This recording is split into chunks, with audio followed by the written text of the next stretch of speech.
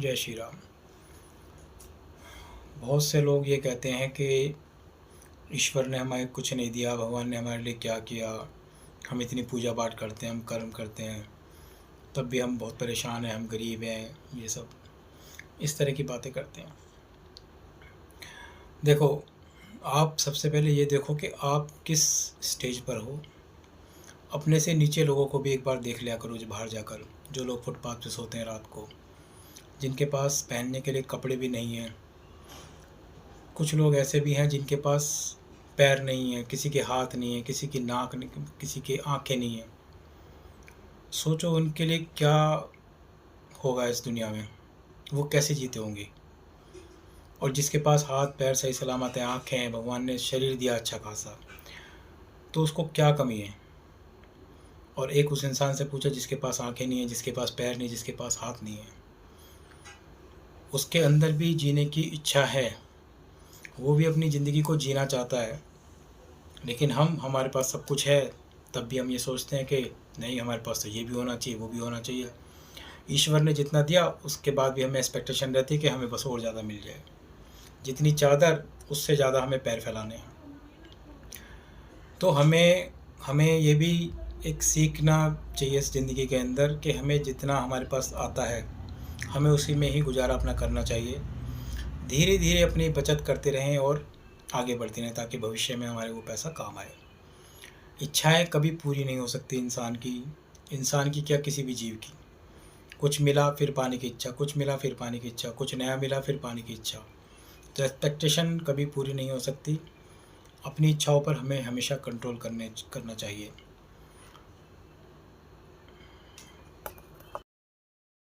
आपने ये भी देखा होगा कि भगवान राम ने 14 वर्ष का वनवास काटा धरती पर आकर। तो उन्होंने भी तो इच्छाएं अपनी त्यागी ना। उनको भी पता था कि सारी फैसिलिटीज़ उनके पास महल में थी, सब कुछ था, राजा की तरह जीवन गुजार सकते थे अपना। लेकिन नहीं, लेकिन वो 14 वर्ष के लिए वनवास में गए। उन्होंने अपनी इच्छाओं को त्यागा, अपने जो माँ बाप थे उनका कहना माना, और राक्षसों का अंत करना था, धरती से राक्षसों का संहार करना था जिन्होंने उत्पात मचा रखा था। तो अच्छाई के लिए उन्होंने अपना जीवन भी दांव पर लगाया। स्वार्थी नहीं थे वो। स्वार्थी होते तो शायद महल में ही रहते। ऐसे ही पांडव जो थे, 5 पांडव, ये भी 13 वर्ष जंगलों में रहे, इन्होंने भी समय काटा। एक बार को एक चावल ही बचा था, तब द्रौपदी ने भगवान श्री कृष्ण को पुकारा और उन्होंने आकर उनकी लाज बचाई। उन्होंने उस चावल का दाना खाकर पूरी सृष्टि का पेट भर दिया। तो इन चीज़ों से हमें क्या सीख मिलती है? इन चीज़ों से यही सीख मिलती है कि समय एक ऐसी चीज़ है जो हमें कई बार ऐसा भी ज़िंदगी में मोड़ लाकर खड़ा कर देता है समय, कि हमें ना चाहते हुए भी उस समय को काटना होता है। हम उससे भाग तो नहीं सकते, ना हम उससे जी चुरा सकते हैं, हमें फिर भी काटना हुआ। कई बार हमारे पास धन नहीं होता, पैसा नहीं होता, लेकिन फिर भी हमें जीना है। हमें उस कम पैसे में भी गुजारना करना होता है। और कई बार हमारे पास इतना आ जाता है कि हम एक्स्ट्रा काम करने लगते हैं, कुछ एक्स्ट्रा खर्चे अपने बढ़ा लेते हैं। तो इन चीज़ों से हमें यही सीख मिलती है कि अपनी इच्छाओं को हमें हमेशा एक सीमित दायरा देना चाहिए ज़िंदगी में। अगर आप अपनी इच्छाओं को एक सीमित दायरा देंगे तो आप अपना ज़िंदगी जीवन खुशी से काट पाएंगे। जब किसी का आखिरी समय आता है ज़िंदगी का, तब उसको भगवान याद आते हैं। हम हमेशा यही सोचते रहते हैं कि हाँ, बुढ़ापा आएगा तो नाम जपेंगे, ईश्वर का राम नाम जपेंगे तो हमें मोक्ष प्राप्त हो जाएगा। क्या हम लोग अपना समय लिखवा कर लाए हैं? जब हम अपना समय ही लिखवा कर नहीं आए तो आखिरी समय कौन सा है, किसी को कुछ पता ही नहीं। बस चले जा रहे हैं, चले जा रहे हैं।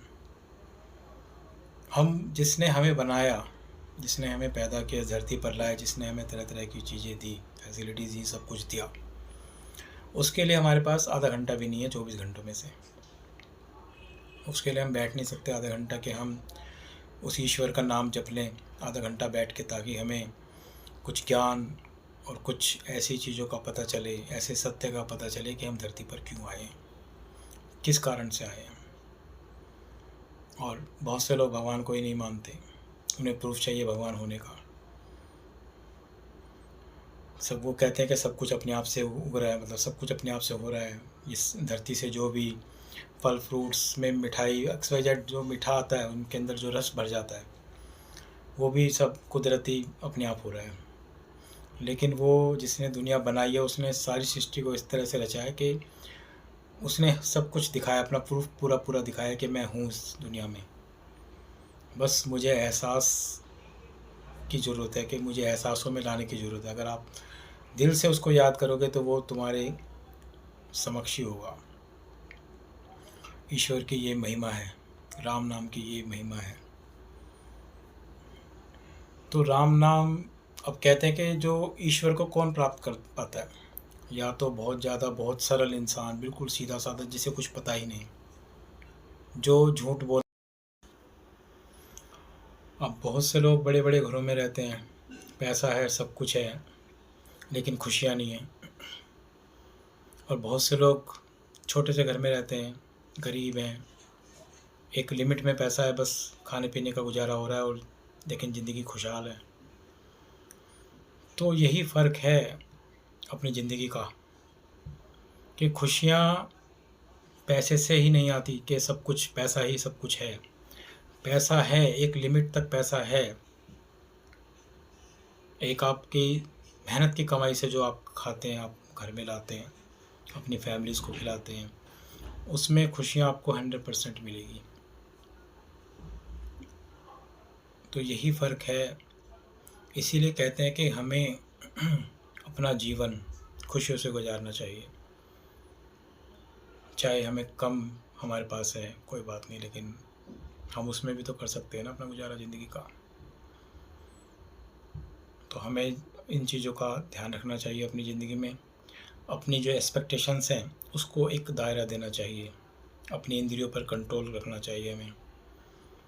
इन चीज़ों का अगर आप ध्यान रखेंगे, देखिएगा आपकी ज़िंदगी हमेशा सही चलेगी, कभी भी लाइफ में प्रॉब्लम नहीं होगी।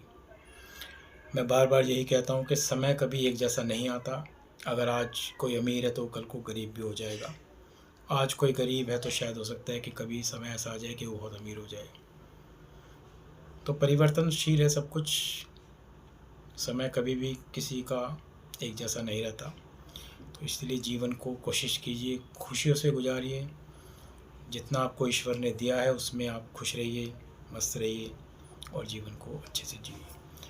चलिए आज के लिए इतना ही। जय श्री राम।